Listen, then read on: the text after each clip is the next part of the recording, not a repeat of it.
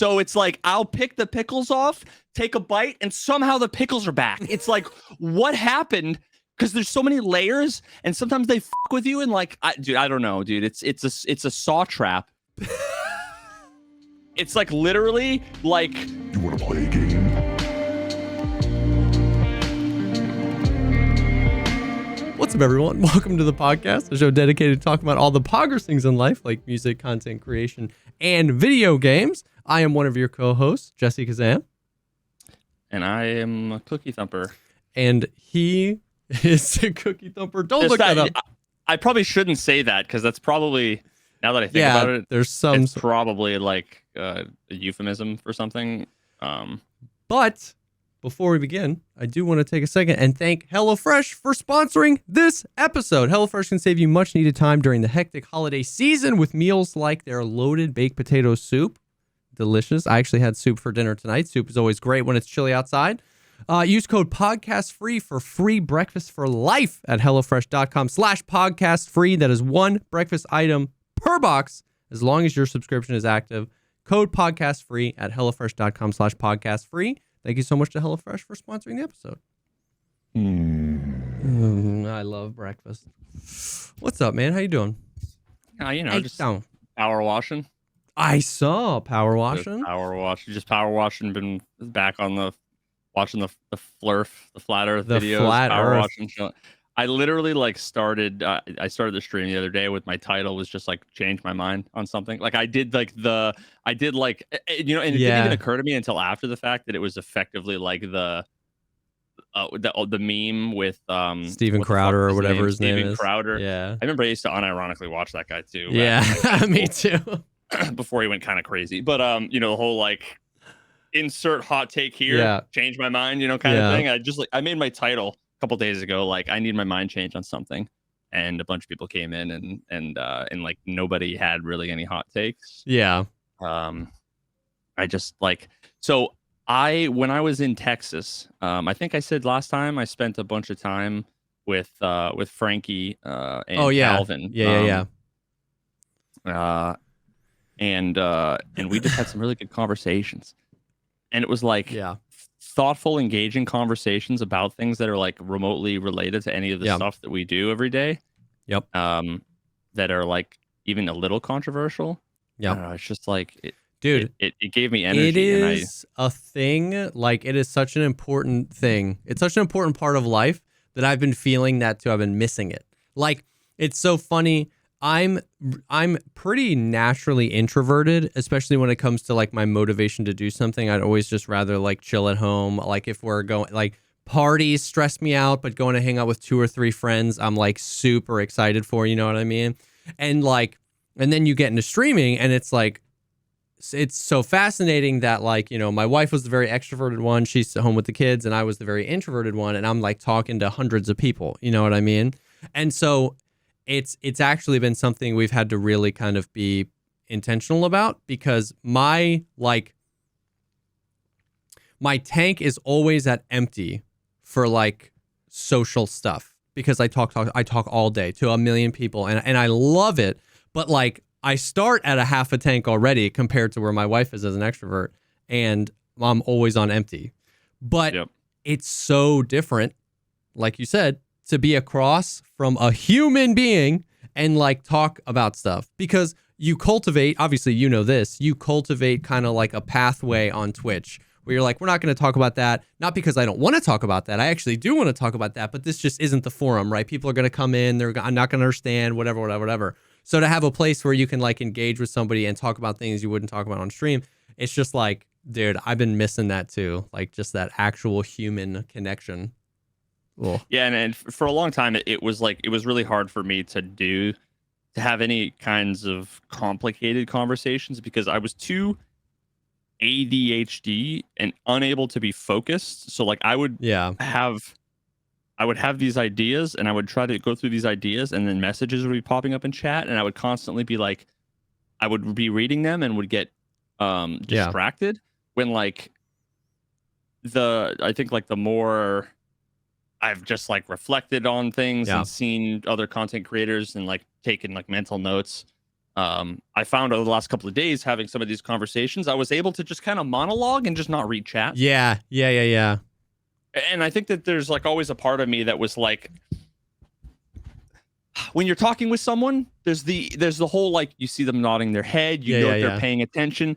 Without chat, it's always like I'll talk and talk and talk and talk and talk, and then I'll look, and then like it'll be like cricket, you know what I mean? And I'll be like, you guys following so far? And then like wait 10 seconds, and then one or two people say yep, and it's like when there's probably 80 people that are like waiting for me to continue. Yeah. But you don't see that, so you know, but I kind of just like a little switch flipped, I think in the last like week, where I'm like, I want to try this a little bit more. That's and just fucking talk and get my point out, and like not. It's weird to do that without any amount of feedback. Yes. It's like it's a retraining of how to communicate, because like you said, when you're in person, you're kind of like waiting for those cues. And if you don't see those cues, that's a cue for me, at least for me, to just like dive bomb the conversation. If I'm like starting a story and I'm just getting nothing, I'll just be like, and that was fun. How's your day? Like I'll just dive bomb it, right? But in chat, you're not going to get that, but you have to retrain that doesn't mean that people aren't paying attention. You almost have to like retrain to like just finish the thought and then let people respond, you know? Yeah. Yeah, and you either you get the cues around people who are like, you can see they're like, yeah. Versus sometimes they're, you know, like you realize you're not making sense or your point isn't clear. And I think like, at some point having just like the confidence to just say, I'm just going to talk as if a bunch of people are sitting there fucking listening, and which is just weird. It's a weird it almost feels like egotistical to be like, people are just sitting here and they're a captive audience and they're just going to listen to what I have to say and I just can say it. It's weird. You know, but yeah. And then another thing, have we ever talked about, and this is actually an interesting thing, because when me and Frankie and Calvin had this exact same conversation, and I think this comes up a lot. Did we ever talk about like the meaningful distinction between introvert and extrovert that I think for a long time I think we talked about this a long time ago, but I don't remember. How like I don't remember how I heard it, when I heard it, whatever, but it was really interesting how basically forever, and I think a lot of people think of it this way, how an introvert is someone who's like shy and an extrovert is someone who's outgoing. And how that is like, it's not, those can be true. Incomplete. Yes. Yeah. Whereas, you know, in many ways I consider myself an extrovert because I can just go and talk to anyone. I'll randomly say something to someone in line at Starbucks, you know, like, now granted, I also like am good at like understanding social cues, and I'm not one of those weird people who just talks and like keeps talking and keeps talking, you know, but like I'm not afraid to talk to people, or I'm not afraid of being on stage or the center of attention or, you know, whatever. But at the same time, so the meaningful distinction that I heard was that extroverts are people who, when they engage with people, they get energy. They become energized. Or introverts, they get drained by it.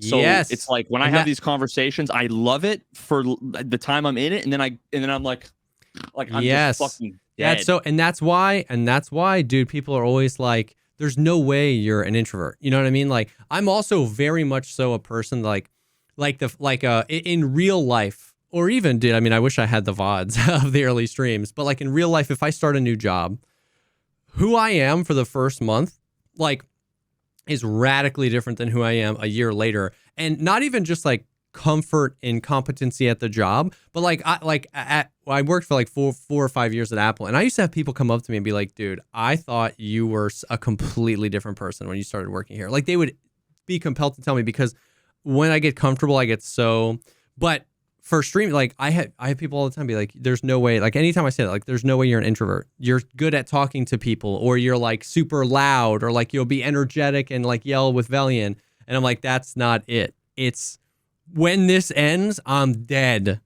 But if my wife gets home from like 6 hours with her friends, girls' night, she's like on crack cocaine, like ready to like tackle a job. You know what I mean? And that is the meaningful distinction. Some extroverts are shy, some introverts are loud, but it's like exactly how a interaction can like energize you or drain your energy is huge. Yeah. Yep. Anyway, I don't know what that was I relevant don't know. to. I don't even know how we got there. Yeah. Oh, yeah. Well, just like you saying that you miss talking with people in real life and the types of conversations that we're not used to having in chat. And I just latched onto that because I feel that. Because like TwitchCon was a big one for me. Like us just hanging out, like talking for like a few hours at the end of a night or whatever when we got back. Like it had been so long since I had done that. I'm just like so routine. Stream, family time, sleep. Stream, family time, sleep. And it's just like those moments kind of wake you up to be like, damn, I need to go hang out with friends more often. You know what I mean? Like I need to do stuff. Yeah, and I have like this craving right now. I say this knowing how cringy it sounds, but it's like I'm not intending to. But like I just want to like debate someone. I want to like argue. Yeah, I like, feel that. And not like argue, but like oh yeah, I would love for just to I just want to engage in a like something that I have to think and I get my shit challenged and like I just wish I the more and more I get jealous of like Destiny's like stream. Like what he does is he pulls up like Factorio and then just sits on Discord and talks with people and just like that's how I can like see me being interested in like streaming Power Wash Sim 4 years from now. Just like ripping with somebody, you know what I mean? Yeah. One of these days when someone comes in a chat and if they seem remotely intellectually honest and maybe we disagree, I'm gonna be like hop into Discord and let's have a fucking talk. Yeah, you should, dude. And like I've never done that before, so it could be really weird, but I really am kind of like tempted to just like rip the band-aid off and see. Because honestly, when we did that the other day, we now of course this is something that I wanted to talk about just because it was on my mind at the time. But you know, we had gotten, and we won't get into it here, but gotten into some of the more like social issues around like trans rights and kinds of stuff like that. And I'm like, I want to, you know, share some of my thoughts about this. Yeah. And you know, like my viewership like doubled in like the 30 minutes I was talking about it. Mm-hmm. And there was literally like one person in chat who like disagreed and were kind of a degen about it. But even then it was like I don't know. I feel like people would be entertained and also educated and learn some things, and I think people would like it. And I don't know. Yep. Well, we'll see. Dude, I think it'd be super interesting. Especially because like that stuff, like so often, you know, once again, I feel like we're teetering on the edge, not to get super, you know, into it, but like, you know, you mentioned Steven Crowder because you did the whole change my mind thing, and you were like, I unironically used to listen to him, and like I did too.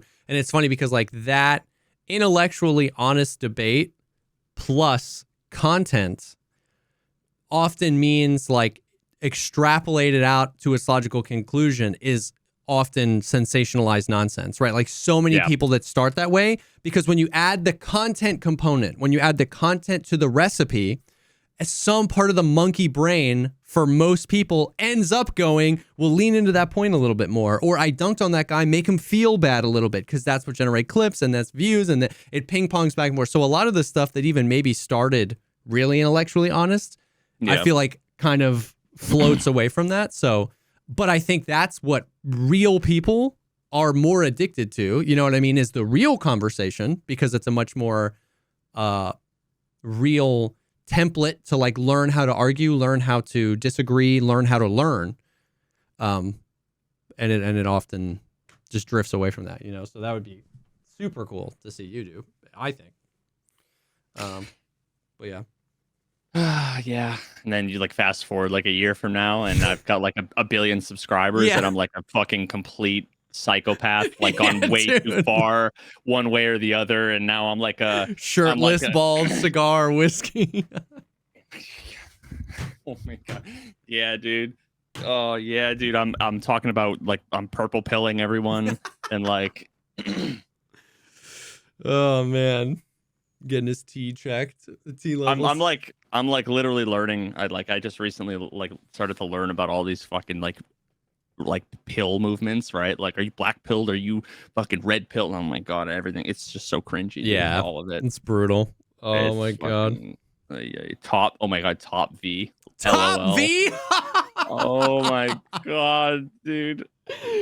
Yo, Top V. Oh my god. That's so good. The Veritas sphere. Yep. Cobra toss. Listen. Do you want 100 bitches and 10 trillion cookies? I'll show you how. Listen. Veritas is the only way. Oh my God. Well, where the fuck is Arena? Let's get this out of the way. God damn it, mother. Ah! No. Fucker. I'm mad. Dude, Fuck.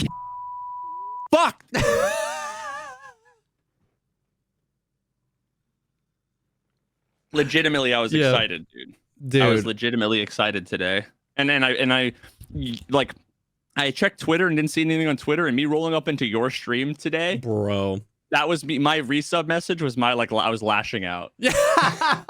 Dude, you probably saw it, but like, did you see the look I got when I was hearing that TTS for 2 seconds? I saw it was you. Dude. Oh, I was praying that you had TTS. I couldn't remember. I'm like, does he have TTS? Bro, I was like, holy Christ, I'm not ready for this.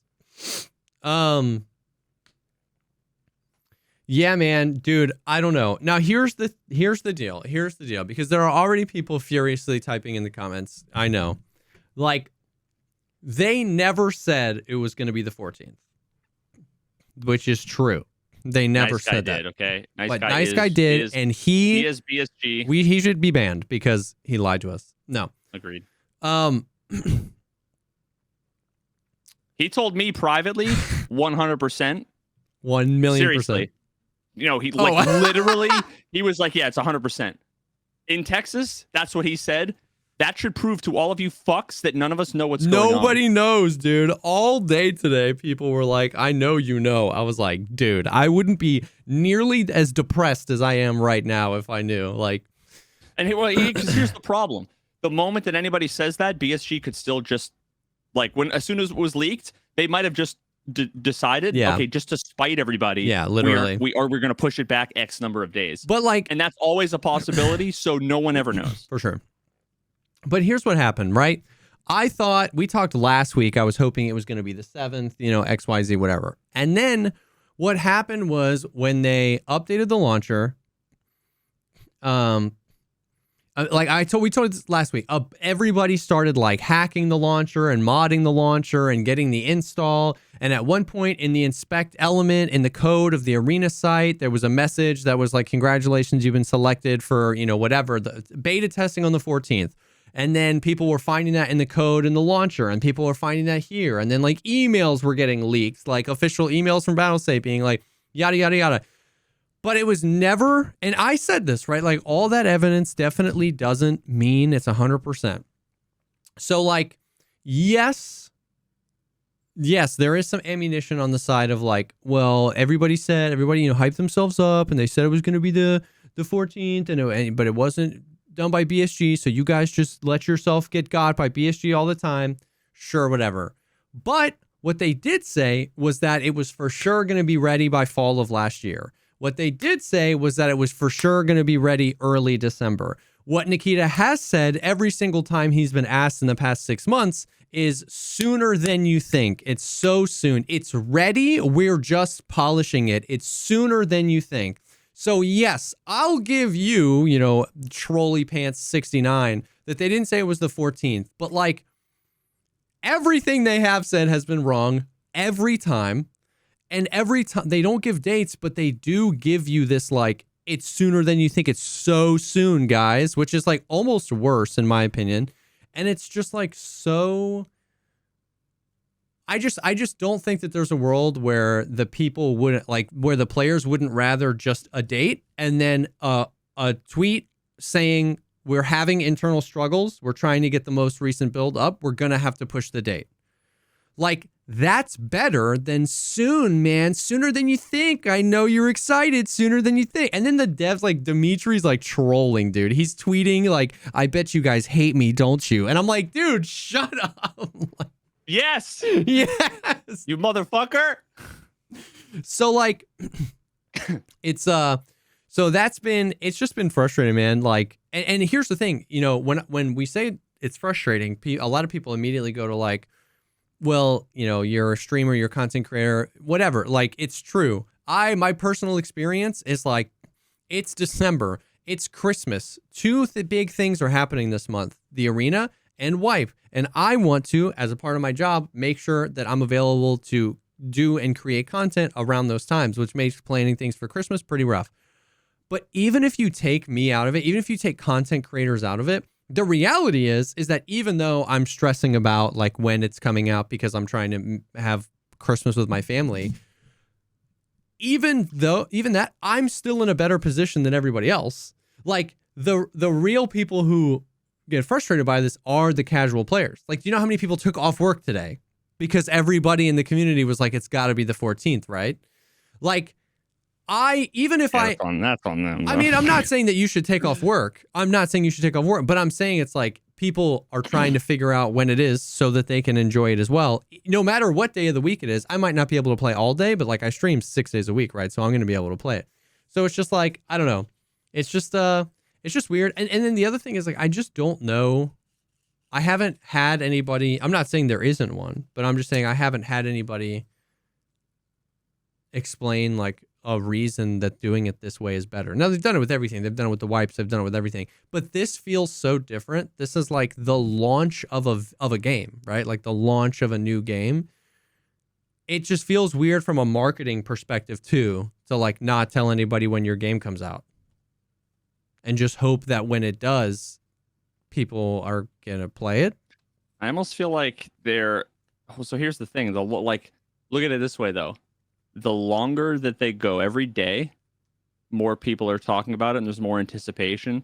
If you're on that side of things, yeah, that you and I would be like worried. At least I would be like self-conscious that like the longer I wait, people are just going to move on. Yeah. That's what I would be thinking. Yeah. But from our side, we're all just waiting here with bated breath.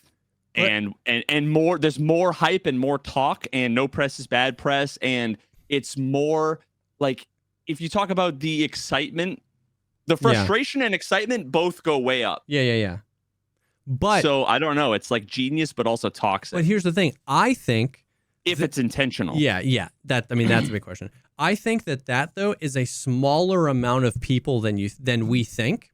Like, yeah, everybody that freaking lives and breathes the Tarkov subreddit and Tarkov Twitter drama, we are getting more frustrated, which kind of, we don't want to admit it to ourselves, gets us more excited, and that goes up.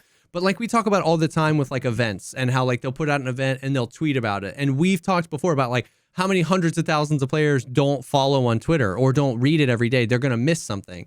So I think to the large majority of the player base that didn't even know, it was like, it's weird to not have a release date. And then the second half of that point is, I think they're pretty clearly trying to acquire new customers with this game, a new audience. There's obviously going to be overlap in the Venn diagram, but like, I think they want new gamers in.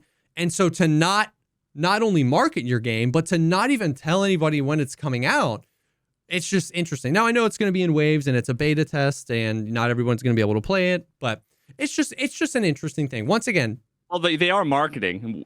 We're talking about it. Well, yeah, they are marketing because they're doing like they did TwitchCon and they're at DreamHack right now and stuff like that. But I don't know. I just like, for every argument that this way is good, I just feel like there's a stronger argument to be made for here's a release date. And once again, if they that assumes that they are ready and know. Yeah. And what my gut tells me is that they are really, really close and are like, they could have pulled the trigger at any point and probably are running into last minute headaches that like, if we were planning on like any of the major big software products that I worked on, like when I was in the robotics industry, the software that I was working on was being used by millions of people every day that spend lots of money, that if we pushed out something that was bad, it would be bad. There'd be like tech articles written about it and shit.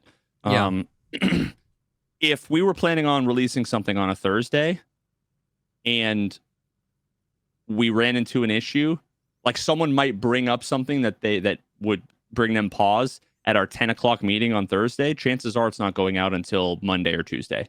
Yeah. Because Thursday, we talk about all day what we're going to do. Yeah.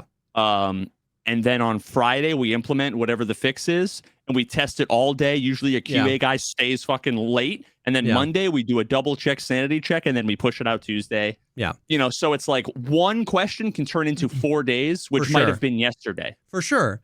But so it's like, I just don't know. For sure. But had you, up until that point for the past 6 months, been pushing push notifications to your audience, being like, we're so close, that's the difference. Yes. Like, you know what I mean? Is that like, because the marketing department is separate. Yeah. And, you know, and everything points to the fact that they were planning on the 14th. Yeah. Right? Yeah. So once again, I'm not saying that they shouldn't delay the game.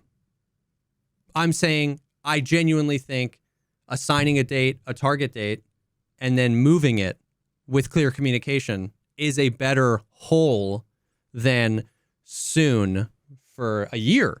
Because it was supposed to come out fall of last year, guaranteed, based on what Nikita said in a podcast in the summer of last year. You know what I mean? That's all I'm saying. You know what I mean? It's like, what, like, because that's what I say. Every time I'm like, dude, I wish they would give us a date. People are like, well, what if they don't know a date? It's like, okay, if their internal target date was December 14th, then they should have made the date January 31st. And then even if they still need more time, then they can still say more time. I'm not saying like my saying like, I wish they would give us a date isn't that their internal target date. They should just tell us that it's that. Like they can build in the leeway time and they can delay. Like I'm fine with all those things. It's just weird how.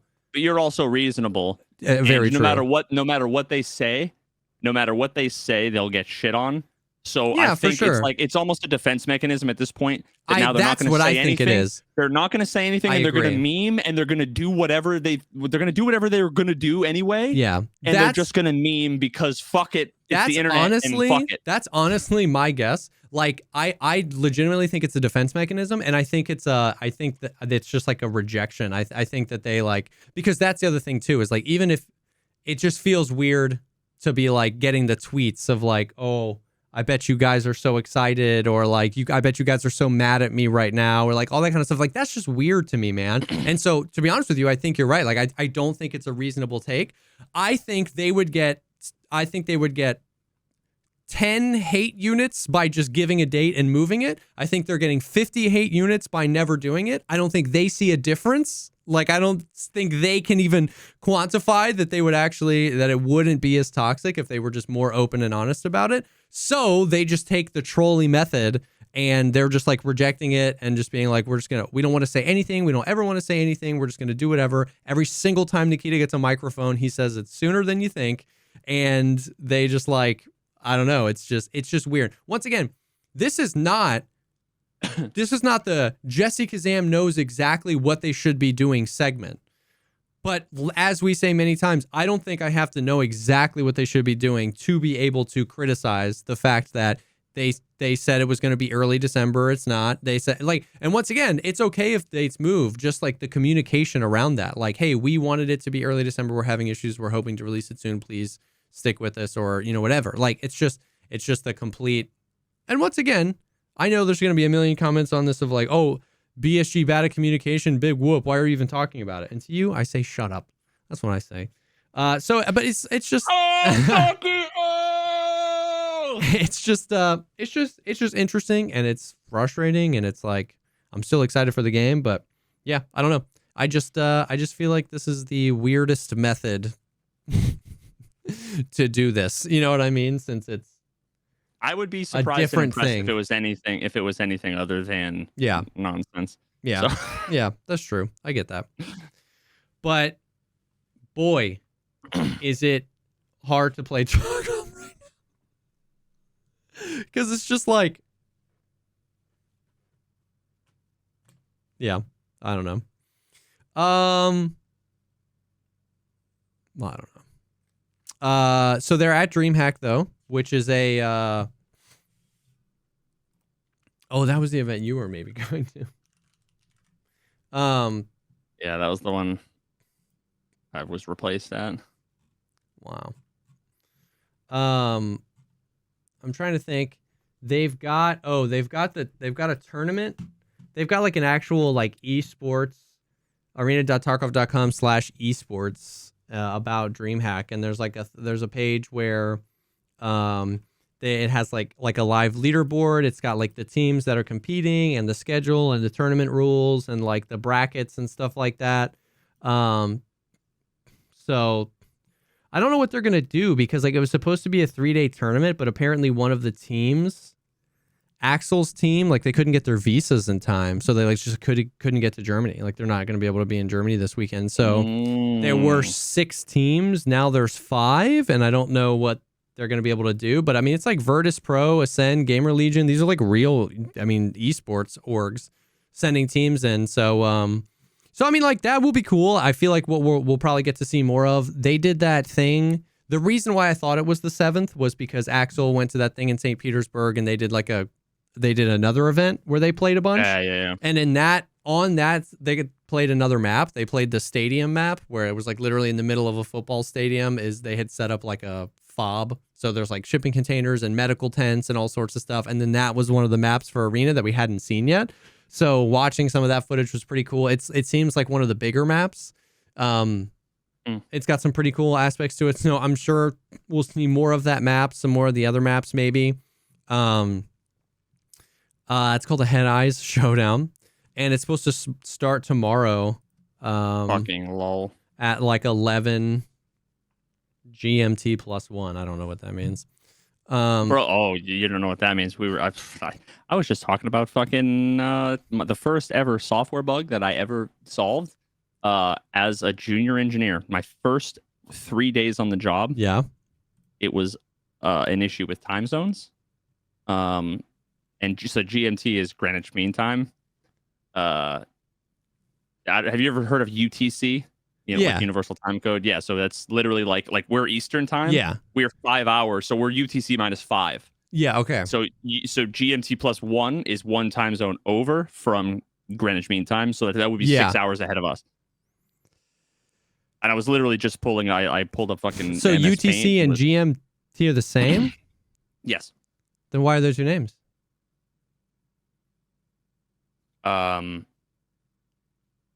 Because I don't know that UTC is. Is it one name, one direction? Is it like GMT plus or UTC minus?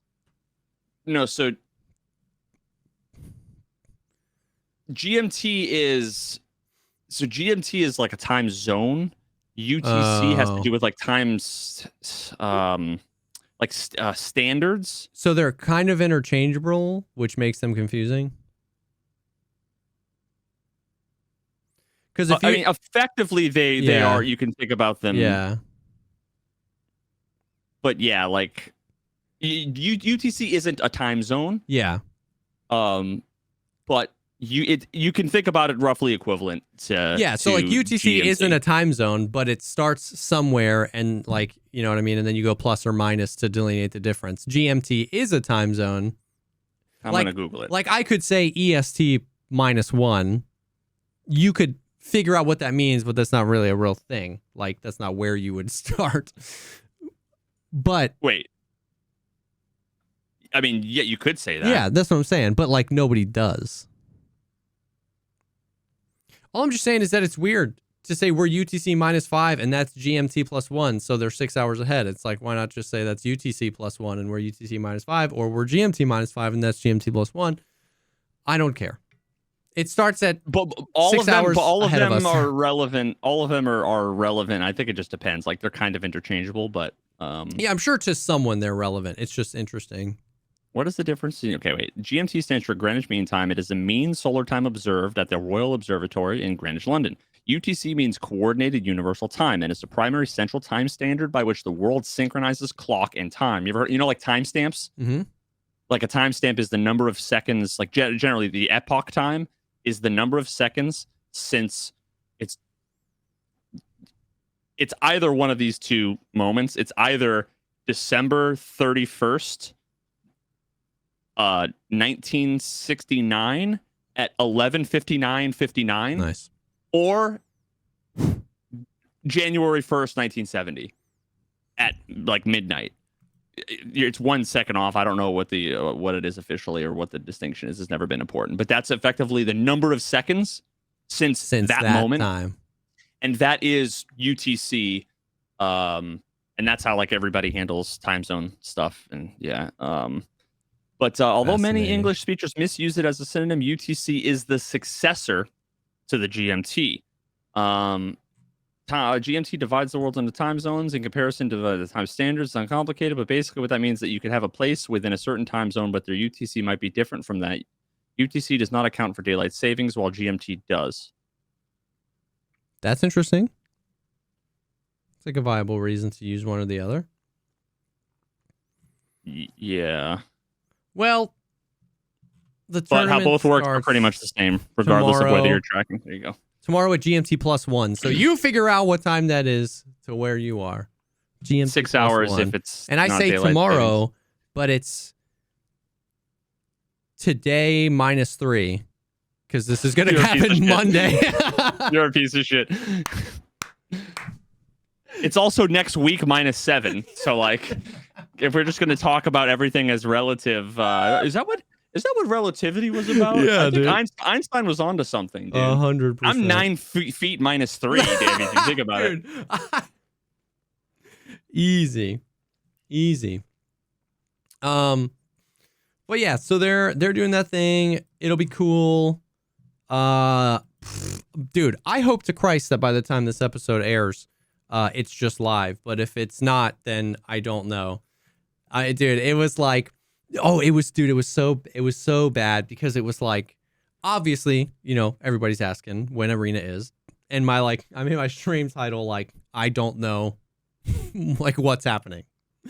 And then people just kept asking and everything. So then on my when I'm out of raid, I pull up a screen now where like I combine the YouTube chat and the Twitch chat so like people can read each other's messages. Mm-hmm. And so up at the top, big across the screen, it's like, I don't know when Arena's releasing. And dude, and it's just like, it's just chaos because people still come in and ask. And then you get like the chatters who get more mad at people asking than you are mad. Like, I'm sure you've encountered that with the wipe. Like people asking with the wipe and you're just in a flow state of being like, I'm not sure, like, and then somebody's like, stop asking about the wipe. And you have to be like, dude, chill. Like, you know what I mean? It's annoying, but chill. And so people are losing their minds at other people who are losing their minds, and nobody's reading the stream title of the giant text on the screen. And then people are getting confused because people are like, I thought the wipe was today. And I'm like, oh, my sweet summer child. No, the wipe's not today. And then people will be like, did you just say the wipe is today? They weren't listening. They heard wipe. And dude, I'm like, shoot me in the face. Like, it's just going insane. It just spirals down forever into a black hole that forms and encompasses me and Battlestate Games. And then the only other thing that like happened was Tuesday, Tarkov went down for like 9 hours. And it just like went down and we were all like, this is it. This is it. And yeah. And they were just having like issues with like Cloudflare or whatever the fuck. Yeah. Like... And it was crazy because the Arena site, arena.tarkov.com, was down, but escapefromtarkov.com was up and functioning. Oh my God. Dude, and so we were like, it's happening. And like I was freaking out. And then 2.5 hours went by and I was like, I don't think they're releasing Arena. And I just played the finals a bunch and then I hopped off stream and then like 6 hours later it was still down. It was crazy. So yeah. But I mean that's it. That's the Tarkov news. That's freaking no new event. The down the rabbit hole stuff didn't lead to anything. Bosses are still 100% spawn chance, which they have been for a while. We talked about that on the episode last week, that it ended with them just making bosses 100% spawn chance. They're still 100% spawn. Tarkov is pain. I think that's it. That's the stuff. That's the stuff. Dude, I think I am a part of some like dystopian Black Mirror guerrilla marketing from the burger chain Red Robin. Dude. Oh, okay. Yeah, I need to know what yeah, because somebody this asked is all about. Dude, I didn't exactly get it. The other day, somebody came in my chat and they were like, first time message. And it was like, yo, have you tried the guacamole bacon burger from Red Robin? I was like, no, man. They don't say anything else. The next day, different account, first time message. Yo, have you tried the guacamole bacon burger from Red Robin? And I was like, nope. In my head, I was like, man, a lot of people like this burger. Okay. Dude, 6 days in a row. It has to be somewhere between 4 and 6 days in a row. Today, I look over my chat. First time message. Yo, have you tried the guacamole? And I was like, chat, what's happening?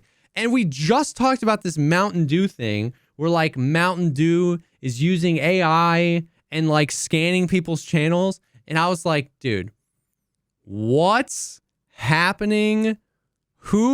What's happening? I haven't tried the sandwich. And then the guy like responded a few other times. Finally, it was the first time the dude has ever responded. And then like 30 minutes later, guac bacon _burger _Red Robin subscribes tier 1. And I was there for that. And at this point, it's like people are just changing their names and memeing around. And the account was from like 2017. Yeah, dude, yes, dude. Yeah. Account created 2017. Dude. So like, yes, it's a meme now and people are asking, but I am telling you, like 6 days in a row, a first time account has asked if I've tried this burger. And I just like immediately went to this like Black Mirror, like they're botting and just view botting and like typing in people's chats. So I mean, it is a real thing. Subliminally market over long periods of time to be like, babe, you want to go out? And she's like, yeah, what are you feeling? And I'm like, dude, I need to try this guacamole bacon burger from freaking Red Robin. Holy shit, dude. I mean, dude, it's just so weird. You've ruined my fucking month. Like, because now I've historically, this is like one of my like, these are the invasive thoughts I have. When someone comes in and they like mention like, have you played X game that I've never heard of and it's a first time chatter? I'm like, I just instantly assume it's like the guy who made the game on a sock puppet account trying to sell his dog shit indie game. Because I'm so like jaded and cynical about like all of this stuff. Have you heard of whatever? For sure. But like we can't know anymore. Like we can't know anymore. If the things we live in a dystopian, we do, and it was just first time chatter every time. No one ever said anything else, and I was just like, "Bro, what's happening?" Because first time chatter isn't a name change. First time chatter is like, that's a new account. You know what I mean? And I wish probably a lurker. There was the most high effort lurker ever, dude. You should have done the watch time. I don't know. I wonder if that would have worked for that person to see if they had, like, I should have and I wish I had gone back and checked the like account age of all the accounts that had asked the question. But dude, now you say that, and we're talking about dystopian future. While we were having that conversation, I had Chat GPT make you remember that song Maria from Santana? She's a mommy of a West Side Story. Yeah.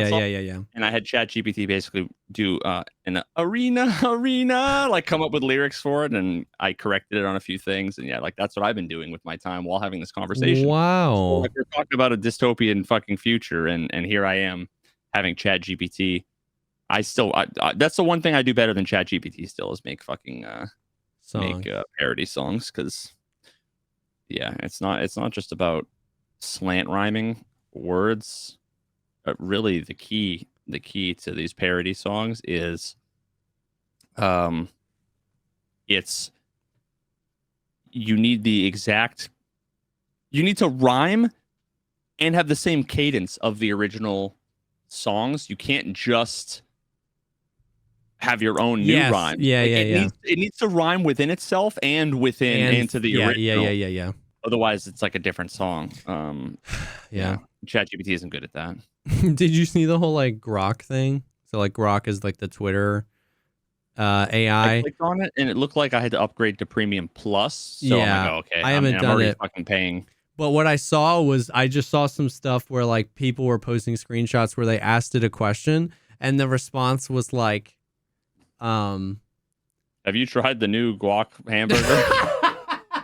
No, the response was like, we can't answer that question. It's against our terms and services at OpenAI. And like apparently like a bunch of the information that they had trained Grok on was information posted to the internet that had been generated by ChatGPT. So it had scooped up a bunch of messages that people had posted where it was like, we can't answer that. It's against OpenAI. But it was just funny. I saw a few of those where it was screenshots of someone asking something of Grok, and the response was it's against OpenAI's terms of service.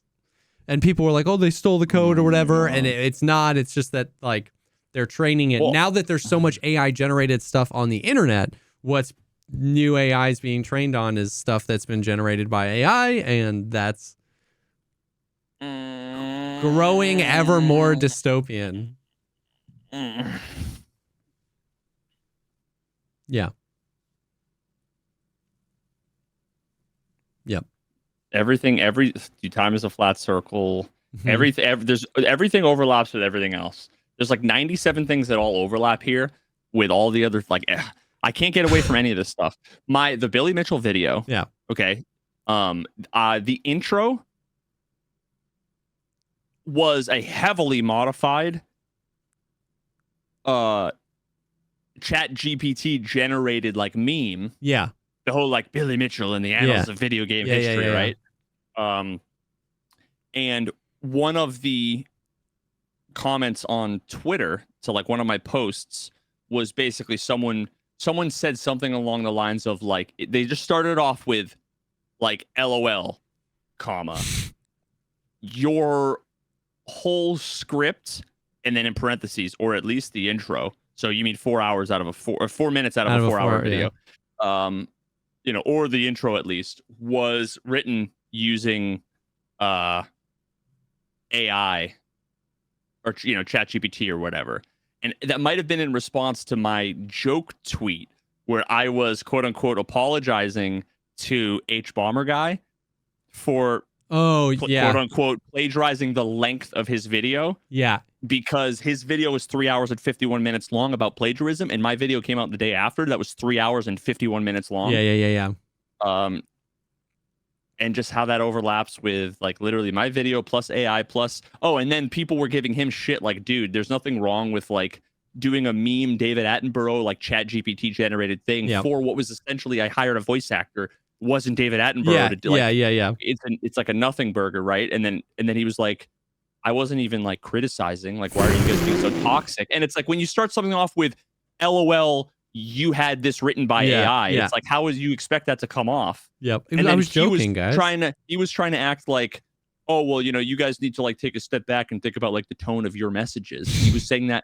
And I'm like, it's all just AI plus Billy Mitchell video plus dystopian future plus lack of communication on the internet plus guacamole plus Mountain Dew AI. Well, and then the next message he said was, have you tried the new fucking Red Robin guac burger? And I'm like, what are you talking about? And then my internet shut down for the day and the cops are at my door and I don't understand what's going on anymore, dude. Dude. Yeah. I don't know. It's a weird that Santana song Maria started playing. And I'm like, what the fuck is happening? It's a weird world that we live in, bro. Holy Christ. I don't even like guacamole, so like I'm not even really upset about it. I love guacamole, but when I make guacamole, like store-bought guacamole or like Taco Bell guacamole, like I don't know about all that. Do you like avocados? No. I feel like if I liked avocados, I'd like guacamole. No, right? Isn't that just like guacamole? I mean, isn't guacamole just avocados like mashed up with like a few other ingredients? Yeah, but guacamole tastes very different than a plain avocado. Oh, does it? Okay. Yeah. Well, I mean, I don't like avocados, so that's like kind of like I liked guacamole before I liked avocados because it's like heavily salted, very limey, cilantro, tomato, onion, and then you can use the avocado as more of just it's more of like a binder to it. I'm trying to think of another like recipe that's like that where you may not like. I hate tomatoes, but I love ketchup and pasta sauce and all those other things. Yeah, but do you like salsa at all? Maybe not chunky, but like. I like salsa, but it needs to have, like, if it's finely chopped up and there's like a lot of other stuff, if it's just like massive tomato chunks. Yeah, not like pico, but like salsa. Yeah. It needs to have an appropriate what do you call it? Like distribution of other things. And I also I will tank like a massive thing. Yeah, like like a dip. Yeah. Like I'll. So it's kind of like that. I mean, obviously a little bit different because the proportion of avocado is higher, but similar to like that where like you need tomato to make salsa, but it's the sum of its parts that makes it so good. That's kind of what guacamole was. It's, a little bit skewed more towards the other end, but yeah. Yeah, oh my God, that just reminds me I had when we were in Texas, we were at the bar with just a bunch of Tarkov folks, and they had to order. I don't know. This is a Texas thing, but it was like, I don't know if it was whiskey. I think it might have been whiskey, which I like whiskey. I like pretty much every liquor. Vodka is my least favorite, actually. Don't fucking suka bliat me. Wow, actually, I wasn't intending for that to work, but like bliat ends with at, so it actually kind of works. Don't bliat me. Don't bliat. That was unintentional. I was like, I couldn't think of a thing to substitute. I'm glad we came back. Yeah. Yeah. Don't bliat me. Don't bliat me. But what we had, and there's I think it's a video on Twitter somewhere. It makes it look like I'm a bitch when it comes to alcohol. But I almost threw up because it was like whiskey chased with a thing of pickle juice. And I hate pickles, dude. I hate pickles. I used to be able to eat like the sweet, like small like crunchy bread and pickles butter when I was pickles. little. I think that's what they are. I just haven't had them in like 20 years. Pickleback, is that what it's called? Pickleback.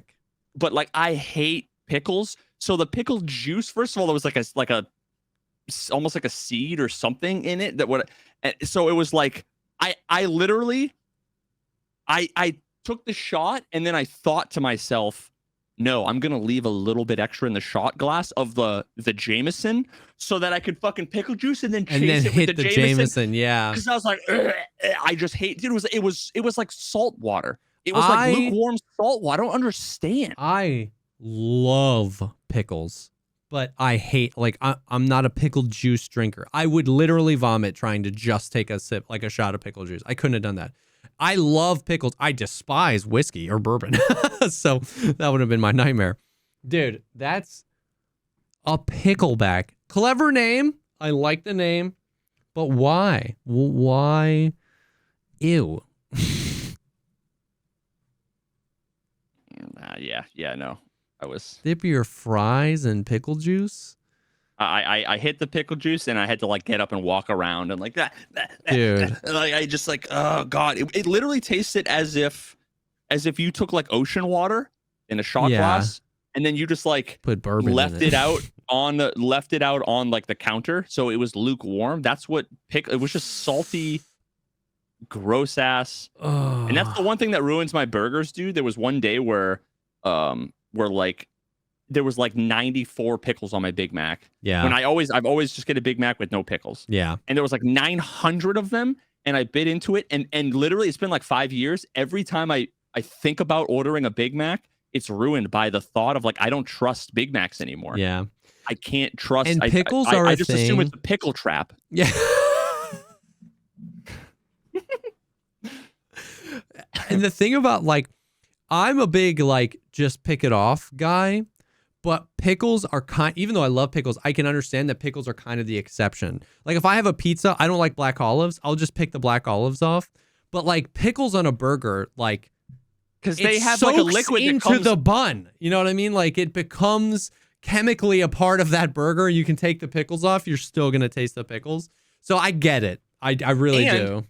And they're like fucking camouflaged in with the goddamn lettuce and shredded lettuce. So it's like, I'll pick the pickles off, take a bite, and somehow the pickles are back. It's like, what happened? Because there's so many layers, and sometimes they fuck with you. And like, I don't know, dude. It's a saw trap. It's like literally like, you want to play a game? And then the guy hands you a fucking Big Mac and says, you've lived your whole life eating Big Macs and never once have you consumed a pickle on purpose. Now is your time to atone for your sins. You need to take a bite of this Big Mac without checking for pickles, and you need to live with the consequences. Dude, Pickleback would have been a much better name for the Pickle Big Mac saw trap than whatever drink you drank. You want to play Pickleback? Oh my God. Look at this Pickleback. Look at this Pickleback. Oh my God. Well, that's amazing. That is incredible. this episode's a fever dream, dude. It is. And I think, and we're only halfway through. But before we move on, I do want to take a second and thank the next sponsor of this episode that I need, which is BetterHelp. Do you have trust issues because of McDonald's pickles? No, but seriously, thank you so much to BetterHelp for sponsoring this episode. If you've been around here for a while, you know that we've talked about them a lot. An online platform where you can get counseling or therapy. You can speak to a licensed therapist very quickly, very easily on their platform, and it's awesome. And especially around this time, like, dude, seasonal depression, just this time of year can really be a real thing for people. Like, and that ranges a lot from just like, it's just dark and cold all the time, and that's pretty brutal. But then also the fact that I know for a lot of people, the holidays are just like not a super fun time. And so, especially around this time of year, if you feel like you need to talk to somebody, which is largely the cathartic release that therapy is, just being able to talk to somebody, BetterHelp is a really awesome tool. Yeah. I mean, like, just anecdotally, I've talked about this before because I've been with BetterHelp for multiple years now, and I feel like there's no better like advertisement for how meaningful and effective a platform like BetterHelp is than it wasn't long ago that I was real down, was not having a good time, in a bad place, mental health wise. Yeah. And so were other members of my family. And I was literally just thinking 1 or 2 days ago about how, like, oh yeah, I'm through it. Like, I've gotten past it. Yeah. And how impossible it is when you're there. You just, when you're down and you feel that way, to feel like I'll never be happy again. Yeah. There's no coming back from this, whatever. And For then sure. to then making it through those hard times. Yep. Using therapy is massive, to then look back and be able to say, like, oh, I know where I was then, feeling so hopeless, and now I'm on the other side. I mean, it really is, like, legitimately life-changing. And For sure. Like we said before, there's so many reasons why anybody of any walks of life, any age, gender,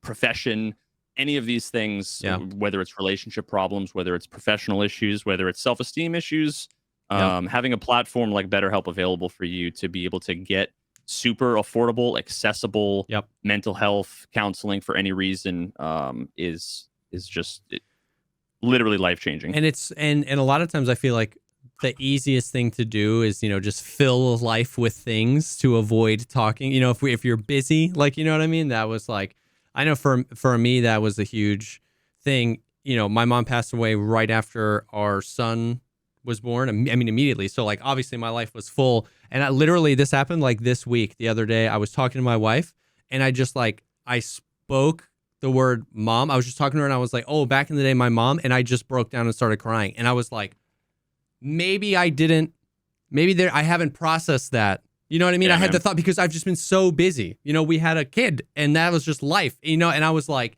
and so that's, I feel like a lot of times we do that. It's just so easy to like just to pick up more hours, pick up more stuff. I don't want to have to think about this thing. And it can feel like you're okay. You're through it. You know what I mean? You're over a thing.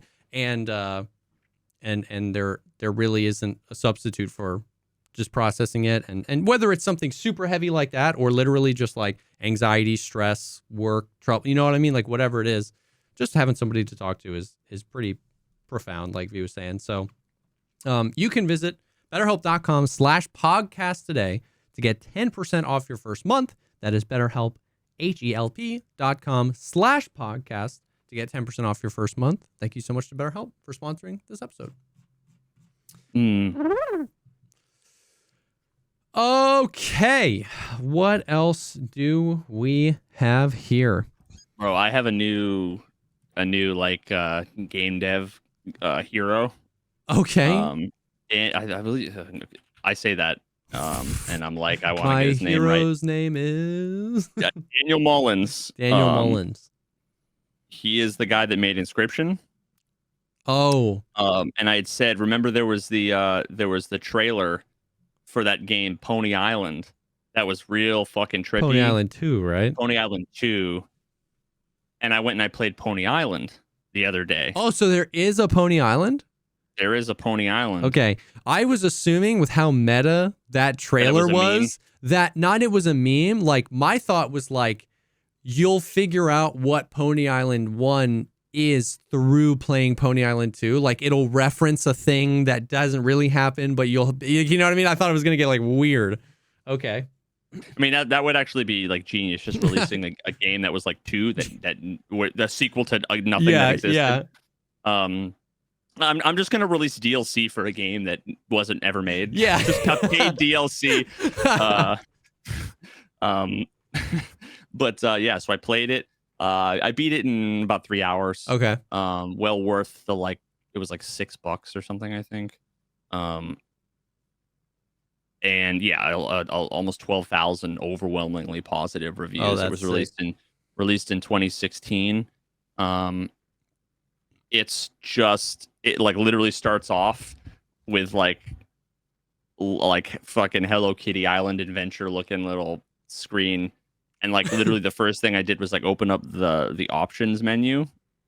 Because normally I'll just go like turn the graphics up and whatever. Yeah. And like one of the first things I saw was like 100110110 was like with a checkbox. I was like, and I pulled up MS Paint, and I just really quickly converted the binary, and it was like 666. Like, okay, this game is already a little bit fucking weird. What? Then there was another checkbox that was like fix start menu, and then like I clicked it, and the thing went like the menu option like fell and broke in half, and I'm like, what the fuck is going on? Like, and it starts, and it's just like a little pony. It's just a 2D like Flappy Bird, just side scroller. Okay. And it's like a white line that's just like a fence, and it's like bloop, bloop, dude. Bloop. And then like it gets more and more complicated and more meta. And I'm gonna spoil one tiny aspect of the game. If you haven't played it, go play it, and then fucking come back to this. Because I it's just too good for me not to talk about. At one point, you are eventually you're talking to like basically Satan AI that is in control of like your soul. Okay. Yeah, okay. Because that's what the game's about. Okay. And he's basically like, I need to make sure that you are paying attention. And he's like, remember, like you need to remember this. And he gives you like a number, it's like 2314 or something like that. And then all of a sudden he starts talking, saying more stuff, and all of a sudden, you know how like Tarkov does this all the time. You're playing a game, and all of a sudden Premiere Pro does this all the time too, where suddenly like you're clicking, nothing's happening, your cursor turns to a spinner, and it kind of fades out to white. Yes. And then you're like, and then you see the is not responding. I'm like, fuck, like the game just crashed in the middle, and I'm like about to click around, and I go to click, and all of a sudden it goes away. And the little AI 2D Satan guy on screen winks at you, and then the prompt is up for you to continue. So it was like, I forgot to mention that like he talks to you for a little bit and says, okay, what was the number? And you enter 2, 3, 1, and then the game crashes. Oh. And you're sitting there like, oh, fuck, the little Windows pop-up comes up, and you like can move the box around. It faked you out into thinking the game crashed, and then it's like, did you remember? Another time, it asks you, it basically says, I need to get to know you better, you know, or whatever. Tell me the most vile, disgusting thing that you can think of right now, and like pops up a thing. You type it in, I hit enter, and it's like, okay, you know, and then it continues on. And then all of a sudden, bloop, I get a message, a Steam message from one of my community members. His name's B Skydiver. Uh-huh. Bloop, a Steam message being like, what the fuck, bro? And he like repeats back what I said. He's like, really, dude? Like, what the fuck? And I'm like, did the game just fucking take the vile, disgusting thing it told me to tell it and DM it? DM it to one of my friends? And it's like, bloop, like, bro, are you kidding? Are you trolling? Like, bloop, you know, and I'm like, oh my God. And then it keeps popping up. It pops up a few more times, and then I can tell it's starting to sound a lot more like the Satan AI. And it faked it just because those games have access to your Steam friends. So it can grab like the name and an avatar. So it faked those messages that were like, it didn't actually send it. But it had me thinking, and I'm wondering like, why is this guy? God, bro. And I'm wondering like, why is this guy not in my chat right now talking to me there? I almost opened up Steam to respond, like the Steam, but the game fucks with you so many times, dude. Oh my God. And this is a game that starts off with a bloop, I'm a pony bloop, jumping over a thing. Dude, that is like my nightmare. That's crazy. That's why I've never been more excited for a game. Like Pony Island 2 is going to fuck my world, and I'm so excited for it, dude. I'm so excited because this guy is a genius. Inscription was genius. Like, is he a one-man thing, or is he just like the head writer of the studio? He's the developer and the publisher. Daniel Mullins Games. He's made Inscription. He made Pony Island, and he made another game that I'm going to buy and play soon. As soon as I'm like out of maps on Power Watch Simulator called The Hex. That was made in 2018, and it's basically there's like 6 people. There's a restaurant or a bar, and there's 6 people in the bar, and they're all like they all are like different characters, like in different genres, like the fighter, the mage, the whatever, and you are, I think, like the owner of the bar, and you get a phone call on this rainy night, and it's like someone in the bar is planning on killing someone tonight. Find out who it is. I think it's like a murder mystery kind of thing. But so you got to go, and I'm ready to fuck that to fuck my day up. Dude, but I love that shit. Wild, bro. Dude, it's just so inspiring. Like I love that. I love that shit. The subverting of expectations and just like the creativity with which he does it. It makes me want to like make an ARG. It makes me want to like put out a whole like I want to like hide fucking messages in like my next 10 videos and have it be like a fucking prize. You know, like if you figure it out, but now people are gonna go looking for it. I'm not gonna do it, or maybe I am gonna do it. And I just ruined like 7 people's lives. Yeah, because they're gonna like comb over all my videos and look for the messages. I mean, like Nostradamus. If you look at the fucking timestamps, they correspond with like prime numbers, dude. And like if you look for it, you'll find it. It's the number 17, dude. And 7, like it has to be. I mean, how could it be anything like that's got to be meaningful? Like 17, bro. What does it mean? You got a sick nice guy in the Sons of Soon on it. Oh my God, yeah. Bro, that is amazing. That is amazing, dude. That blows my mind. I would literally die at the Steam friend thing. Holy cow. It was so good. It was so good. I just remember being like, That now it just so happens that the fucking fucked up shit that I said was Tarkov good because there was only so many characters. So he was like, "LOL, Tarkov good." Like, you must be trolling. You're like what is that supposed to mean? You know, blah blah blah. Oh my god! But so it it wasn't like, yeah. I didn't say, like, Nikita did nothing wrong. I didn't say anything like that. But oh my god. But like, I'm sure someone probably did if they weren't like live streaming. They dude, probably. There was absolutely some people who like their heart stopped. And you know what the funny thing is too? I always talk about this fucking podcast, School Games Inc. One of the games they taught, it's like episode 2 of their podcast was they made a game called Cook for Cube. Okay. Where the joke that they talked about was basically like, you start this, it's like a cooking simulator game where you start the game and it's like, connect your Twitter account, whatever. And you get pretty far into the game where it's like you progress and you get like start unlocking like all these epic like Master Chef fucking pots and all these cool knives and whatever. And then it's like it holds the pay to win thing in front of you, like hovering above you, and then it's like you want to unlock this, like type some real fucked up shit into this text box right here. And it's like, and then you fucking put it into the box and then it effectively holds it over your head. And basically like, you have to come back and play our game every single day. Otherwise we're going to tweet this shit out on your behalf. And it's obviously like fake. They design games. But they're like, well then, so we only need to design enough assets and enough content in the game to get you to that point. Then we have you by the balls, and every frame of the game, it's 60 FPS, but every other frame is an ad, and the wheels can fall off, all the graphics go away, and it's just a cube. Now, like Gordon Ramsay was the guy who was like in charge, and now it's like now it's just a cube that you have to fucking cook for, and by that I mean watch ads for, because we've got you by the balls, and so that's hilarious. Holy shit, this guy like basically made Cook for Cube. Yo, seriously. Some real ding dong shit into this text box and we're going to tweet it out. That's wild. That is insane. Can't wait for Pony Island, dude. Is there a release date?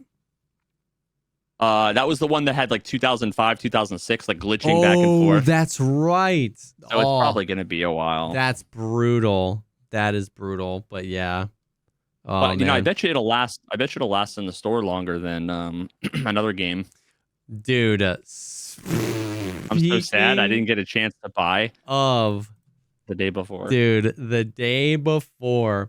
And it's so funny because we had just posted our podcast where you were like, listen, I'm kind of excited to play it because I hope it's good. I hope it, everyone was wrong. And I was like, listen, dude, games have launched in worse states. Let's see how she goes. And dude, scummazed, bro. So we'll read the message because it's unreal. So it was 4 days, I think, between 4 and 6 days after the launch of this game, which once again was supposed to come out, I think 2 years ago. And then it got delayed and they kept working on it and it got delayed and they kept working on it and it got delayed and they kept working on it. Today we announced the closure of Fantastic Studio. Unfortunately, the day before has failed financially and we lack the funds to continue. All income received is being used to pay off debts to our partners. We invested all of our time and effort. We apologize we didn't meet your expectations. We did everything within our power, but unfortunately we miscalculated our capabilities. Yada, yada, yada. Dunzo. Bro. That was just unreal on so many levels. To just say we're taking the money to pay off our debts was just wild, in my opinion. And, like, so many people by early access game standards bought the day before. Like, so many people. They had, I think, almost 40,000 peak concurrent players at one point, which is obviously how much was the game? $40, $45.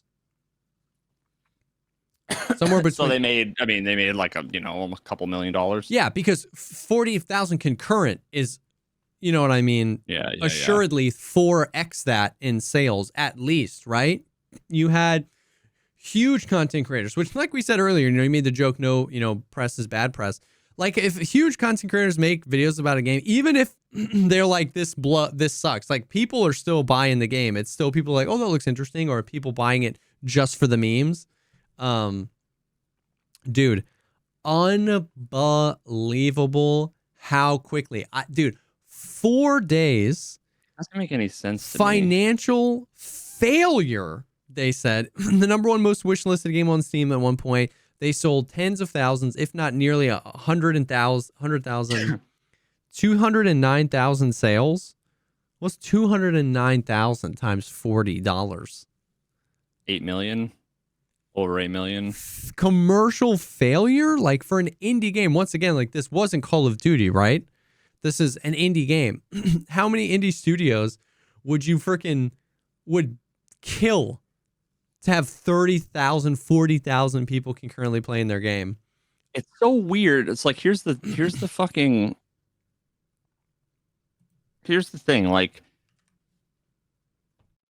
it obviously screams like scam. Yeah. But I'm trying to figure out, like, what was the scam? Because they got no money. No, I don't know if we're like sure of that. Well, I know like that's what people are saying. Because like Steam refund, but like, so then what? So then again, like, what's the what's the scam then? They're so bad at scamming people that they scam themselves. Scamming investors, maybe. I mean, so maybe the whole thing was hoodwinking. Like, from investors. The Fantastic side, they borrowed a bunch of money. Now they don't have those money to pay off those debts, they said, but they made it look like they were trying to pay off the debts. They're going to close, declare bankruptcy, and not pay off those debts. Maybe. Now, you know what? Actually, so this is something that was like relevant to one of my jobs back in the day, and that like one of the things I kind of heard or was talked about was because I worked for a startup, and it was like sold to like everybody how this was like going to be the future, blah blah blah, all this stuff, and it was interesting. It was an interesting idea. I was working there not because I thought that it was like an amazing idea, but at least it was like an interesting product. But one of the things that was like I learned more and more that a few of the people I worked with were like, this guy has a pattern of having these startups raising shit tons of money, paying himself a massive salary, all these benefits of having a really nice office, having like a rental car that was like, not rental, but like lease from the company. And you do that for a couple of years and you just keep getting more money from investors. And then like, it doesn't work out. And then you like get out and then like start a new thing. Yeah. And it like could very well be that he was like scamming the people. For sure. Assuming there were investors and it was funded in that way. Again, I don't know. I don't know either, but it seems like it seems too fishy and intelligent to be incompetence. You know what I mean? Like, because I almost agree with you, where it's like, who got scammed here? Like, it's weird. You think they would Google, like, when do we get paid? Yeah. Do we get paid exactly. the day of the sale? That's exactly it. Like, it feels too fishy, too, like, weird. Because 4 days, I mean, like, that's insane. Nobody, dude, they spent supposedly 5 years working on this game. Unless they sold 22 copies of the game, nobody would call it quits after 4 days. That's crazy if you spent that much time. No, it's like they knew before they the one thing I'm launch. Sure of is that they knew way before that they were just going to cut and run. So the question is why? But what's crazy is they did updates every single day. Like, huge marketable updates on, like, the desync was crazy, and Landmark or Desmond or Hutch were like, it's a lot better today. And that could just be, I guess, less people playing, but they were dropping updates almost every single day. It was crazy. So Mytona, which is like an investor in the day before, tweeted out we're basically going to set it up so you can get refund no matter how much you played, because the Steam thing is like, if you played less than 2 hours you can submit a refund, but they were refunding everybody. Then Fantastic tweeted, answer to those who asked for a refund. Mytona, we're currently working with Steam to allow refunds for any player who requests one. Fantastic received $0 and will receive nothing from the day before sales. Fantastic tweet to that. The corporation, but I wonder if the guy, maybe the guy paid himself $180K a year. Yeah, I'm sure. I'm just saying earlier you were like, are we sure that everybody's getting refunds? We are. Like, because Steam, they pay on net 30. So, like, Steam still had all the money. So, they cut it 4 days in. And then they were like, basically, they're allowing refunds for everybody no matter how much of the game you played. But it was just crazy. It was crazy. Oh, and then immediately, so they have made other games and actually have a history of abandoning games. So they released a game called The Wild 8, and then they stopped supporting that. Dead Dozen, Radiant 1. Prop Night is probably their most famous game. All of the other games that they've made that are on Steam immediately like changed to like other companies. Now they're listed under other companies, and they were all different companies. So it's not like all of the Fantastic games are now this other company. Like they were each now changed to individually other companies. It was just like, I want to know, like, I don't know the names. I haven't Googled any of this stuff. But like, there's got to be, they're Russian. I wonder what kind of like transparency there is with like headquarters in Singapore. Fuck. Yeah, it's all over founders. I would be interested to know like what their salaries were. Yeah, they like, because it makes perfect sense if they had cushy jobs, like real cushy, because then they can just fake it till you make it. Yeah, like I'm not a game developer, but you give me 5 years, well, I could come out with an actual game in 5 years. Yeah. Going from not a game developer, I could make a better thing than them, and they're game developers. So yeah, that's a bad example. And so like people are saying there was apparently an interview with a former Fantastic employee that sounded like the devs that were there were really trying to make a game, but the two brothers in leadership were doing wild stuff and kicking anyone off who complained. Somebody else said that there was like a GIF dump of GIFs of like in-engine features that were supposed to make it into the game but never made it in, but like had obviously been worked on because they were in engine and in with the game's assets that never made it in. So it's sounding more and more like that. Like they hired a bunch of people. Those people were actually trying to make a video game. They had no intention of doing that. They were trying to raise money and scam people. And this is what happened. Because it's crazy because like, to talk about it being a financial failure and they need all this money, some of the videos they released where it's like an update on the day before, they were showing off how many of their employees were volunteers. Like it was like something they were bragging about. Like we have so many people volunteering to work on this game and help us make assets and stuff. And I'm like, dude, who are you paying then? It's a bunch of 11-year-old Singapore boys like in a fucking sweatshop. Dude. They just show Fiverr.com's web like homepage. And it sucks because if there were real people that worked on this game, that feels brutal that like you actually tried to make something. It sucks because it's obviously a genre and a game. Like it's crazy because like how many survival games, zombie games have there been over the past years? Hundreds, right? This one made it to the most wishlisted game on Steam at one point. Like it looked cool. It looked modern in a modern engine. They really like their initial marketing hit the nail on the head of a game people want to make. It's crazy that like, how has nobody really made this? Like, how is DayZ? DayZ's an awesome game, but how is that still like the king? It's just for so long. I've been like, how has somebody not just like made this? And the game that actually gets closest was a scam. It blows my actual mind. Did you see what DayZ posted on that day? No, what, on their Twitter? Dude, DayZ posted an exact white background, black text. Today, we want to primarily celebrate, for no reason at all, the remarkable 10th anniversary of DayZ. It is with immense gratitude we commemorate a decade of passion, creativity, unwavering support. It is a milestone moment. And then they started using a bunch of the verbiage that was used to describe the day before. MMO experience, captivated audiences worldwide, open world survival masterpiece, enriched with the years of dedication. Dude. DayZ dead game cross. Yes. And then Rust, the official Rust Twitter account, just screenshotted the DayZ one and scratched out anywhere it said DayZ and just wrote Rust over it. That's pretty funny. Dude. Oh my God. And then scratched out the DayZ team and wrote Rust. Dude, it was so funny. Like the whole dude.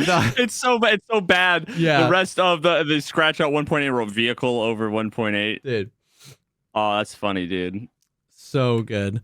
So good. So like the memes, the memes were strong, but like, And then the scum Twitter yeah, responded with the Michael Jackson eating popcorn. fucking the popcorn meme, and then Rust responded with a fucking your turn. Oh, this is funny. Yeah. Oh, and then fucking DayZ. Oh, Jesus, dude. So like it was definitely good memes, but like it just is truly mind bending how it got so far and how seemingly with no intention of making a video game at all, it still wasn't the worst early access release. Like Dead Matter was so much worse. See, that's what blows my mind. That's what blows my mind, bro. So I eventually went back and watched a couple like reviews and this both simultaneously, like I hate like every aspect of this from like all sides, because like IGN released a review and it's like 1 out of 10 or whatever. Yeah. And like part of me was like, okay, yeah, but you gave Starfield's at like an 8 point whatever. It was like a 10. But then also like some people that I generally like respect their opinions about stuff and whatever were saying like, oh, the game is like, it's actually really good, so I'm like, oh, okay, interesting. And then like I watch it and I'm like, it looks terrible, and then a day later it fucking goes off the store and it's like, okay, well then it definitely was a scam. And then I watch other clips that were the game's like completely and utterly broken, like, so I'm like, when it was working decently, like if you got on a lower pop server, like I think because guys like Desmond played it almost exclusively those 4 days, and I respect Desmond's opinion a lot. Landmark played it a lot, Glorious played it a lot, Willers played it a lot, Sacriel played it a lot, Hutch played it a lot. And when I popped in when Sacriel, Hutch, and Clean were playing, and Sacriel hit the nail on the head of like they and kind of pseudo us, some gamers, just miss having like a fun survival game to play with the homies. And I'm convinced if you make a multiplayer game, you give guns and you just walk up to things and hit F on them and it goes bing, and then you just have something go and follow you around, that it doesn't matter, people will just say it's fun. Yeah, but that's the thing, is that like there was the genre works and is still fun, and the real games that have come out in the genre have either missed the mark or overcomplicated the genre. But like it's just crazy because like it shows you, if you just track from like what they originally marketed the game as and how much hype there was for it, if somebody just makes that game, now it's not that simple, just make that game, obviously, but there's desire for it. Like, you know what I mean? There were a lot of streamers spending a lot of time playing that game, the game as it launched, you know what I mean? So I think it shows that genre's not dead, but it just needs new life breathed into it. And I get it. I mean, like, I don't know. Something, it's the, I really need you to watch this video. Did you ever watch that? It was a Patreon episode, content request, and it was The Cursed Judge, and it was the video, like, why, like, the day PUBG died or something like that. No. Oh my God. I'm going to send you this video. Please watch it. It's not that long. It is a 1-to-1 analog for Escape from Tarkov, and it's like the jaded boomer Tarkov, like old Tarkov opinion, you know what I mean? So it's like if we said this on stream, people would be like, oh my God. It's not that long, it's 20 minutes, but like I think I watched like the first, you watched like 10 seconds of it while we were live, and then you were like, oh my God, I need to watch this. Like, it's fascinating. It is a literal 1-to-1 analog. Yeah, I'll link it in chat. It's a great video. For like an interesting Tarkov perspective and everything. But it's largely about the pace and how I remember this conversation. When the pace of PUBG picked up and when it became about like how many kills can I get, he posits that it killed the spirit of the game because it was I was telling you about this because he was like, it was about the stress in the slow, you know what I mean? And I think that the emotion, the feeling of that is why survival games still get people excited. Yeah. Because everything else has become, just like how many kills can I get? How quick can I get to meta? How this, that, and the other. And like a new survival game, briefly, there's just like, you're just wandering and you don't know, and everything's hard to find and everything's hard to get. And just like, I really do. Not everybody, obviously, not everybody likes that, but I think a lot of gamers like that and want it. Now, the complete flip side of that have you seen any gameplay of the finals? We talked about it a little bit because they had been doing beta tests several times over the past like year or two. So I played it a long time ago, and I think I mentioned it on the podcast. But have you? I haven't seen any gameplay of it. I kind of just decided like a while ago I wasn't interested. Although it's like one of those things, it's understandable. I'm sure there's a threshold where if enough people said enough interesting things that was new about it, not just like it's a cool game that has like really cool destructive physics. Like I've never given a fuck about any of that. So, but there's a world in which like I suddenly become interested in the game. But yeah, so far I've kind of tuned out from it. But willing to hear more about it for sure. It's so much fun. I mean, it is like. It's so funny. People were like, "Oh my god, this is too chaotic." Like a bunch of people in my chat, because I was playing it the other day, and I was playing it when Tarkov was down. I love it because it is the antithesis of Escape from Tarkov. like, does that make sense?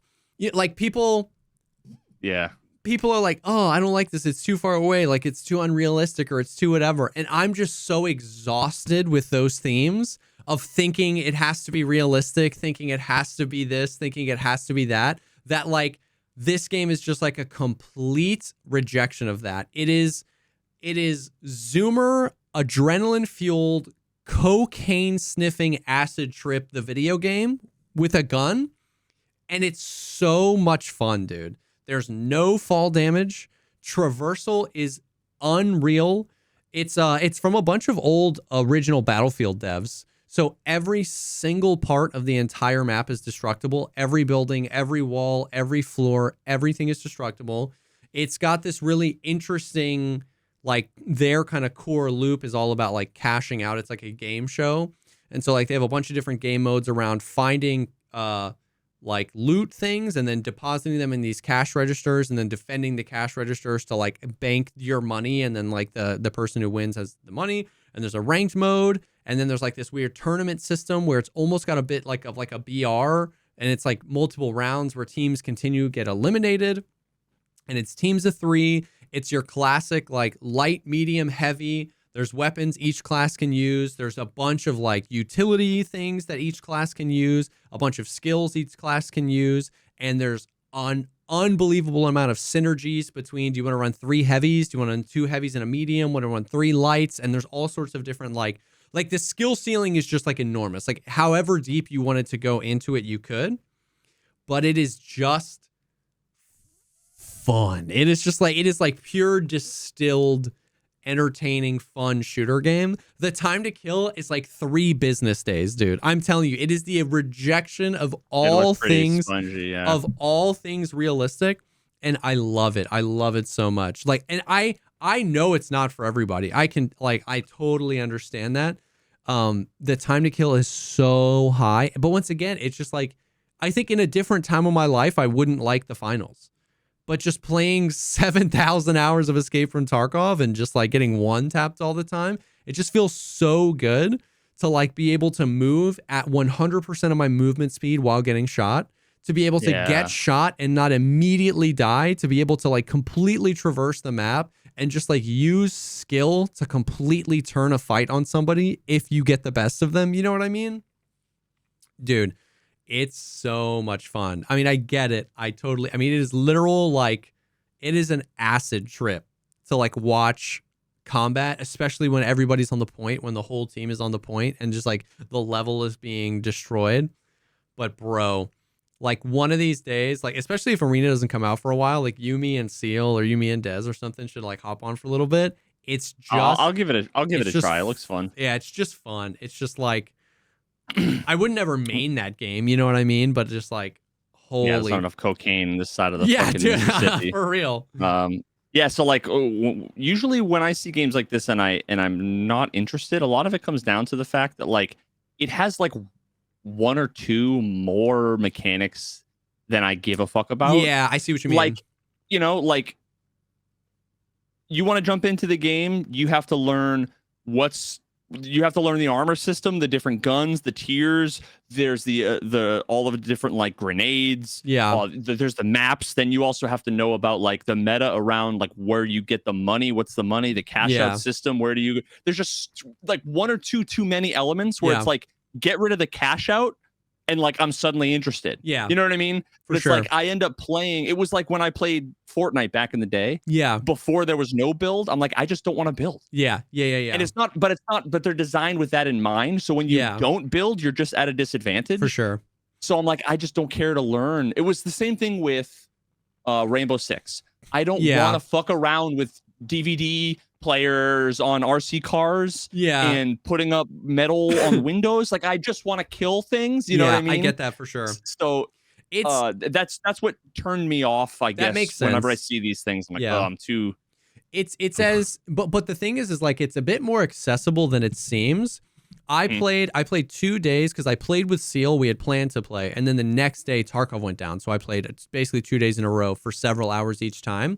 That entire time, the like 6 or 7 hours I played, I never changed anything on my kit. I used one gun. I only played medium, and we were winning. Like we were winning a bunch of the rounds. Do you go in with a loadout, or is it what you find like RNG? You go in with a loadout. So what's interesting is you have so you have that removes one of the elements of like I don't have to know where the good stuff is and what the good stuff is. You have like a Q ability you can use. You have a main weapon. You have a grenade. You have like a utility. Like I had a jump pad and then something else. And then what you have is there's a reserve. So because the games are like multiple rounds, there's 4 slots where you can pick like 4 different things, either different utilities or different weapons or whatever. And when you die while you're in the game before you respawn, you can swap anything with anything in your reserve.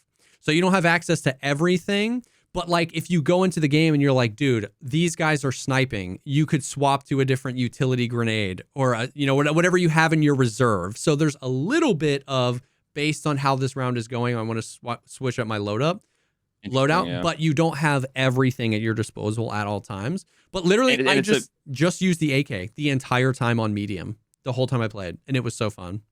And it is a BR. So like if your whole team dies, then you just start a fresh new game. It's so that there's like quick play modes, and then there's a tournament mode. What tournament like is like almost a BR-esque thing, where like tournament mode, it's like 4 teams playing a game that you're not in, and you're in this game. And then the 2 teams that come in first and second will then progress, and then they'll fight it out. And then if you win that or come in second place, you 1v1 a whole game of cash out. So it's like a BR inside of a BR. Yeah, it's like a meta one where like it's an arena shooter where when you die you can respawn. But in tournament mode, it's like the stakes are in between a Call of Duty match and a BR, where you want to win because you want to progress and like win the tournament.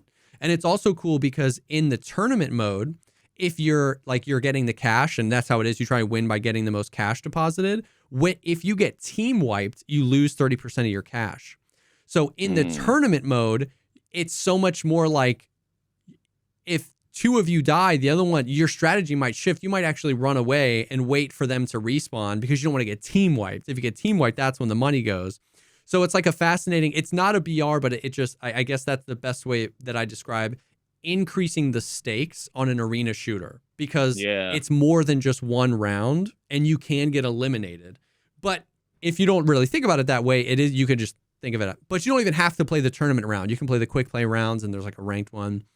And it seems like an interesting way around, like, one of the downsides to playing like squad BRs is if you're the guy that dies in the beginning, you just sit there and fucking spectate, Yes. Like it seems like it's more accessible. Exactly. From that perspective. Everybody, it looks like the 3-man squads. Yep, 3-man squads. Everybody. That's such a good number, dude, because 4 is so annoying. Yeah, 3 is really nice. Sometimes it's so hard to find 4 that you just end up with 3, and then you're at a disadvantage. Yeah. And then 3 is good size.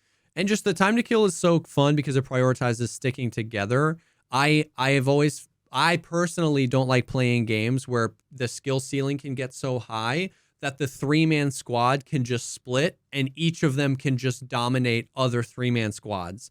It's really hard to 1v3 in this game. So even though there's a high skill, because of the TTK. Yes. So even though there's a high skill ceiling and you really can master this game and be so much objectively better than me, it's still prioritizes staying closer to your squads, because team shooting a heavy, like if you're a light, you can't 1v1 a heavy unless they're just like whiffing the ball, right? So it prioritizes. I just saw this guy with like an MP5 empty an entire mag, every bullet hit the dude, and he had to like get behind cover and reload and have his buddies. Yeah. So like good comms, good communication, good accuracy, good team fighting. And like the more I played it, the more I was just like, oh my God, like I want to play more of this game. It was just fun. And it's free to play. I'll give it a try. Made by Battlefield devs. Like it was just a good time. See, and this is all about the timing of like game recommendations. Yeah, like enough people have been asking me about Factorio, and I've been Factorio and Satisfactory are two games that people have been saying for years that I should play. Every time I watch them, I'm like, and then all of a sudden in the last like 48 hours, I've suddenly been like, I think when I'm done with Power Wash Sim, I want to play Factorio. Yeah, but the problem is that if tomorrow Arena comes out, it's like if I were to go play Factorio today, I have a feeling that I'll either never play it again or I wouldn't even play Arena, because like that type of game that I would be so into that I wouldn't. It was kind of like Diablo. I was really into Diablo that like when the wipe happened, I'm like, I don't give a fuck. Yep. So like the timing of it is off, and then maybe later on I just won't play Satisfactory again or Factorio, that makes sense. Right? Yeah. Because I would have gotten into Arena, I played that for like a month, and then lost the interest I had. Yeah. So it's like, yeah, for sure. That makes sense. But yeah, I mean, maybe over the next few days, if Arena like doesn't come out this weekend, and if we're both streaming or something, and we can find a third, maybe we do that for like an hour or two. It's just fun. It's like and like I said, I've been gushing over it for 20 minutes, but I'm probably gonna play less than 20 hours of it total, right? Because like I just don't have the time to like play a game every day for a few hours off. But like it was just cool to see. It weirdly just escaped the toxic shooter thing, because it's not like if a new Battlefield comes out, it's like Bat Company was peak Battlefield. Battlefield 4 was peak Battlefield. This isn't Battlefield. Why are they trying to reiterate on Battlefield? We just want more of old Battlefield. The Call of Duty comes out, right? Oh my God, just give me Rebirth Island back. Caldera. Like, I don't even know what any of these words mean, but I just hear everything regurgitated. But everything is every new game. Halo Infinite, Battlefield 76, Call of Duty 132. And like the guys that made all of the Battlefields that are in contention for the best Battlefields of all time just were like, we're going to make this other game. And then they just released it at the Game Awards. And like, it's just like, oh my God, this is so much fun. You know what I mean? And so it just kind of missed out on some of the toxicity. It's just like, if you don't like it, that's fine. But it just kind of came out, and it's always a good thing when good games are good. You know what I mean? Yep. It's just a good thing when games are good. It's free. The cosmetics and the battle pass and the cash shop is only cosmetic. There's no like extra guns or abilities. It's just like good game, But GG, good game. But yeah, that's it. That is the gaming news. We were really hoping to be recording this podcast today in between arena matches. We'll see. I don't know. Hopefully, once again, by the time you hear this on today -4 or +5, I don't remember the meme we were doing earlier. The arena will be out, and we're all having fun singing Kumbaya. Oh, that was the other thing, man. It's like just freaking never mind. It's just arena. It's making me lose my mind, dude. It's making me lose my mind. But yeah, thank you guys for hanging. We appreciate it. Thank you to HelloFresh and BetterHelp for sponsoring the episodes.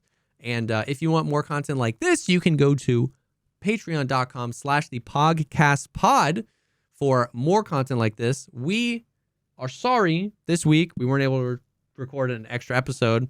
My bad. Listen, hey, listen, literally yesterday, closed on my grandmother's house. Nice. Big, massive fucking weight off my shoulders. That's huge. Yeah. And I saved. Remember how I was bitching about how it was gonna be like $6,000? Yes. Ended up being like $1,500 cheaper. Hey. So I only got like elbow deep fisted rather than shoulder deep. But yeah, you'll take every inch you can get, you know. Or every inch off. Sure. Anyways, so we are sorry about that, and I mean, yeah, you say it's your fault. It's my fault that I don't have a single other hour to offer you. You know what I mean? Like, so it's our fault that it didn't happen this week. But we will be back with that, and we do that weekly. We are really good about it normally. We just had this one weird week. If you want more content, more podcast content, you can go to patreon.com/thepodcastpod. Thank you guys for hanging, and we will definitely see y'all in the next one. Peace.